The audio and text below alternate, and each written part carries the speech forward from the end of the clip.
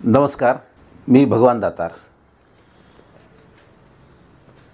26/11चा mastermind Tahawwur Rana याच्या अमेरिकेत मुसक्या आवळून त्याला भारतात फरफटत आणण्यामध्ये मोदी सरकारचं अतिशय यश मानलं पाहिजे. तो भारतात आल्यानंतर आता त्याच्यावर खटला चालेल आणि त्याच्यातून या हल्ल्यामागचे पाकिस्तानचे सूत्रधार कोण आहेत ते समोर येईल. यामध्ये आणखी एक गोष्ट आपल्याला म्हणजे विशेषतः मराठी माणसांना आनंद वाटावा अशी आहे. तहव्वूर राणाला ज्या NIAनी भारतात आणलं त्या NIA म्हणजे भारताच्या तपास संस्थेचे मुख्य अधिकारी सध्या जे आहेत ते सदानंद दाते. सदानंद दाते महाराष्ट्रीयन IPS आहेत. 26/11चा हल्ला ज्यावेळेस झाला त्यावेळेस ते मुंबईमध्ये मध्य मुंबई विभागामध्ये असताना त्यांना अतिरेक्यांच्या हल्ल्याचा सुगावा लागला, कुणकुण लागली. त्यावेळेस त्यांनी मुख्यालयाला फोन करून विचारलं की माझी गरज त्या ठिकाणी आहे का मी माझ्याच विभागात बंदोबस्ताला राहू.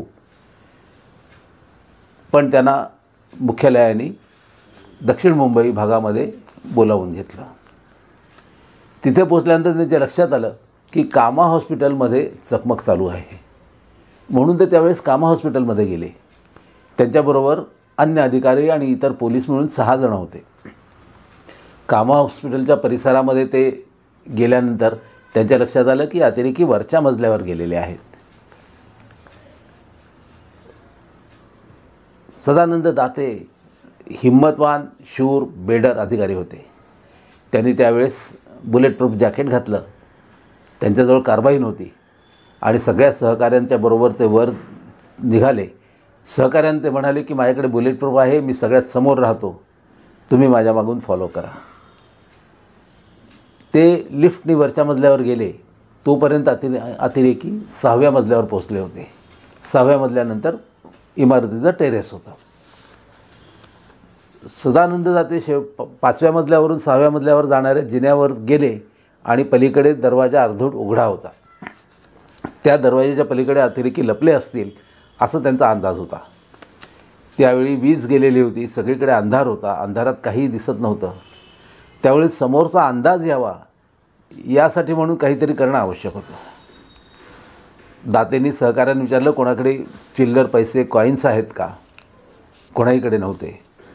पण त्याच वेळेस त्यांना तिथे इमारतीच्या पाईप्स असतात, त्या पाईपना ज्या क्लिपा लावतात त्या क्लिपा पडलेल्या दिसल्या. त्यामुळे त्यातल्या 4-5 क्लिपा एकत्र घेऊन त्यांनी त्या दरवाजाच्या दिशेने फेकल्या. त्या फेकल्याबरोबर त्यांचा आवाज झाला आणि पलीकडे लपलेले अतिरेकी कसाब आणि इस्माईल या दोघांना असं वाटलं की पोलीस आलेत, पोलिसांनी हँडग्रेनेड फेकला आहे. त्यामुळे त्यांनी त्या आवाजाच्या दिशेने धडाधड गोळीबार केला. गोळ्यांच्या भडीमारावरून तर त्या AK-47च्या गोळ्या आहेत हे सदानंद दातेंच्या लक्षात आलं. त्यांच्या हातात फक्त कार्बाईन होती. त्यामुळे कार्बाईन बरोबर घेऊन आत जाऊन लढा देणं त्यांना शक्य नव्हतं. त्यामुळे इथेच आपण दबा धरून बसू आणि त्यांना तिथं रोखून धरू हे दातेंनी ठरवलं. कारण ते अतिरेकी खाली आले असते आणि हॉस्पिटलच्या वॉर्डमध्ये गेले असते तर वॉर्डमध्ये सगळ्या रुग्णांवर अंदाधुंद गोळीबार करून त्याने हैदोस घातला असता.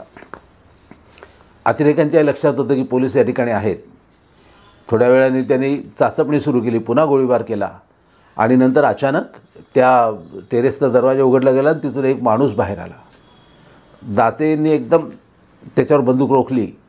एवढ्यात त्यांच्या शेजारचा एक माणूस म्हणाला की हा तर हॉस्पिटलचाच माणूस आहे. दातेंनी त्याला थांबायला सांगितलं, हात वर करायला सांगितलं. पण हात वर करता करता त्यांनी माझ्या मागे कोणतरी आहे अशी खूण केली. ती दातेंच्या लक्षात आली आणि त्याबरोबर त्यांनी त्या माणसाच्या डोक्यावरून थोडी उंचावरून एक राऊंड फायर केली. त्याबरोबर त्याच्या मागे दबा धरून वाकून येणारे दोन्ही अतिरेकी मागे पळून गेले आणि तो माणूस समोर येऊन धावत दातेंच्या बरोबरच्या अधिकाऱ्यांसमोर आला. त्यांनी सांगितलं की वर अतिरेकी दबा धरून बसलेले आहेत, त्यांनी काही जणांना ओलीस धरलेलं आहे आणि त्यांच्याकडे AK-47 बंदुका आहेत. दातेंनी परत त्या दरवाजाच्या दिशेने गोळीबार केला आणि अतिरेक्यांनी आतून एक हातबॉम्ब त्यांच्या दिशेने भिरकावला. तो त्यांच्या जवळच पडला. त्याचा स्फोट झाला. तो स्फोट होताना दाते बघत होते आणि त्या बॉम्बचा एक शार्पनेल त्यांच्या डोळ्यात घुसला. प्रचंड वेदना झाल्या. क्षणभर ते ब्लँक झाले. काय करावं त्यांना सुचेना. पण एवढ्याच स्वतःला सावरून त्यांनी पुन्हा दरवाजाच्या दिशेने गोळीबार केला. त्या बॉम्बच्या स्फोटामध्ये त्यांच्या एक सहकारी मरण पावला होता. त्याच वेळेस अतिरेक्यांनी दुसरा बॉम्ब टाकला. त्या दुसरा बॉम्ब त्यांच्या पायापाशी पडला आणि त्यांच्या पायाला प्रचंड जखम झाली. तरीही त्याही स्थितीत सहकारी जखमी झालेले असतानाही दातेंनी ते ठिकाण सोडलं नाही. ते सहकाऱ्यांना म्हणाले की तुम्ही खाली जा, उपचार करून घ्या आणि मला नवीन कुमक इथे पाठवा. मी यांना रोखून धरतो, मी यांना इथून हलू देत नाही. पण याच वेळेस अंधाराचा गैरफायदा घेऊन दोघंजणं त्या जिन्याहून खाली उतरत असलेले त्याने पाहिले.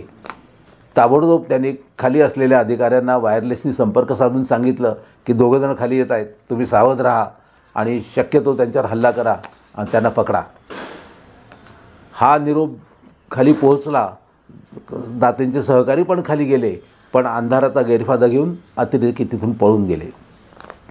दातेने ज्या बेडरपणे, ज्या शौर्याने त्यांना रोखून धरलं आणि त्यांना वॉर्डमध्ये जाऊ दिलं नाही, त्यामुळे फार मोठा अनर्थ नंतर टळला. अतिरेकी पळून गेले. नवी कुमक वर आली आणि ते अधिकारी दातेंना घेऊन खाली आले. असा हा बेडर आणि बुद्धीने काम करणारा अधिकारी म्हणून दातेंचा लौकिक आहे.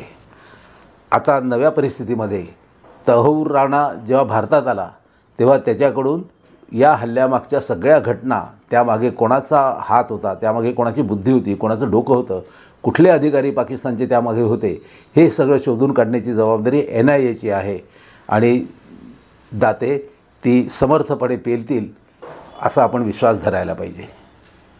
सदानंद दाते हे मूळचे पुण्याचे, त्यांची PhDची डिग्री ही सुद्धा पुण्याची आहे. त्यामुळे महाराष्ट्राला आणि विशेषतः पुण्याला त्यांच्याविषयीचा जास्त आदर वाटला पाहिजे, हे स्वाभाविक आहे. आज हनुमान जयंती आहे. शत्रूशी लढताना फक्त शक्तीच कामाची नाही, तर युक्ती आणि बुद्धी यासुद्धा तितक्याच प्रभावीपणे उपयोगात आणता येतात.